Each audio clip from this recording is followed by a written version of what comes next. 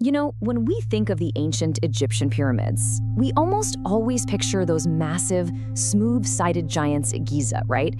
But here's the thing, they didn't just appear out of nowhere.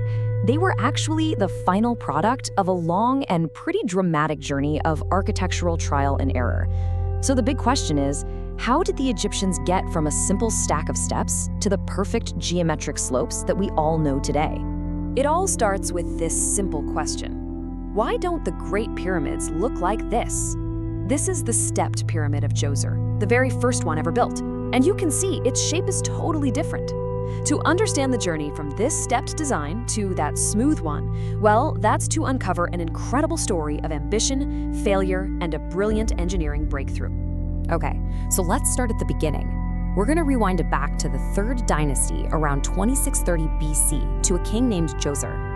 He and his chief architect, a genius named Imhotep, set out to build something the world had literally never seen before.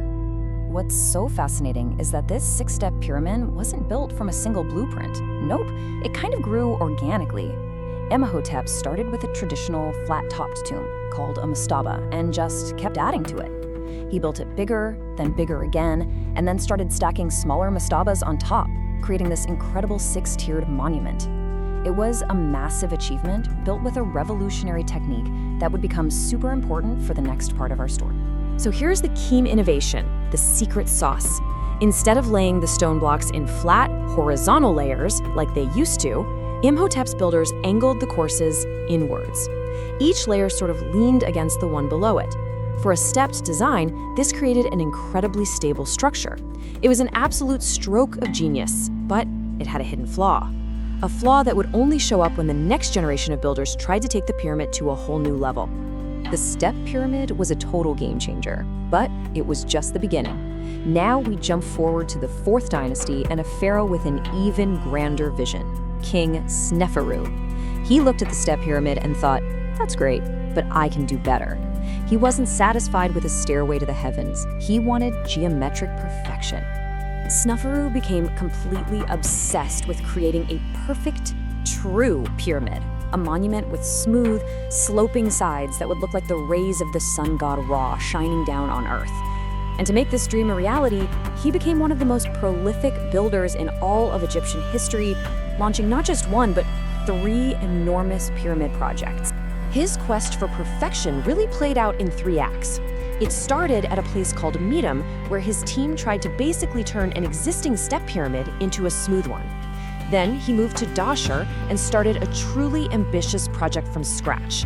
We call it the Bent Pyramid. And it was there that a crisis would strike, a discovery would be made, and the path would finally be cleared for his masterpiece, the Red Pyramid. The most dramatic part of this story isn't actually the big successes. It's the near-catastrophic failure that forced the Egyptians to completely rethink everything they knew about building. Let's zoom in on that crisis at the Bent Pyramid. So, the builders started out with incredible confidence. They began the Bent Pyramid at this really steep, dramatic angle, almost 55 degrees. And crucially, they used that same trusted method from Djoser's time, those inward-leaning courses of stone. I mean, why wouldn't they? It had worked perfectly before. But as the pyramid rose higher and higher, a terrifying realization started to set in. The structure was failing. The immense pressure was causing the internal chambers and passageways to crack. The whole building was showing signs of sinking under its own weight. That brilliant technique that made the step pyramid so stable, it was a disaster for this new smooth-sided design. And this right here is the absolute key to the whole story. Those inward-leaning layers were channeling all the weight, all the stress, down and in towards the very center of the pyramid. They were putting an unbearable amount of pressure on its core. What was a brilliant feature for a stepped pyramid turned out to be a critical bug for a true pyramid. They had to figure out a solution, and they had to do it fast.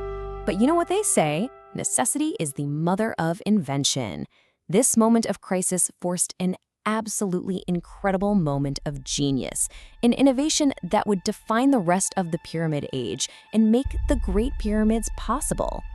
So imagine this. You're about 47 meters up, building this mountain of stone, and you realize the whole thing is groaning under its own weight, threatening to collapse. The engineers had to make a radical pivot.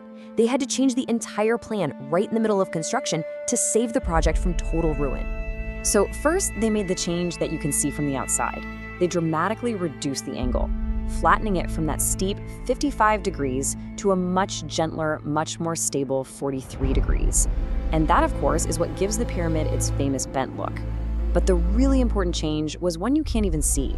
The real breakthrough, the genius move, was a complete 180 in technique.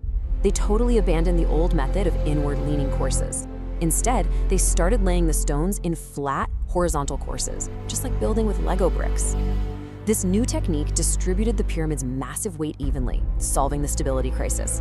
It was the single most important discovery in the entire history of pyramid building. So now, armed with all this hard-won knowledge from their near disaster, Sneferu's builders were finally ready. They had cracked the code. So what did they do? They immediately started work on a third pyramid, just a short distance away. And this was the Red Pyramid. It was the grand finale, the culmination of everything they had learned. They built it from the ground up using those new, stable, horizontal courses. They used that proven, safer 43-degree angle from base to peak. And there it was, the world's first successful, large-scale, true pyramid. It was the blueprint for greatness. So you see, you can draw a direct line from Sneferu's journey of trial and, well, near fatal error, directly to the next generation. It was his son, Khufu, who would take this perfected blueprint, this brand new understanding of engineering and physics, and use it to build the most famous monument in human history, the Great Pyramid of Giza. And that really leaves us with a final fascinating thought. That pyramid we call bent, the one that looks like a mistake, it wasn't a failure at all. In fact, you could argue it was the most important pyramid ever built.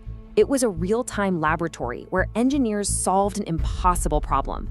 Without that crucial, almost catastrophic lesson, the wonders of Giza, well, they might never have existed at all.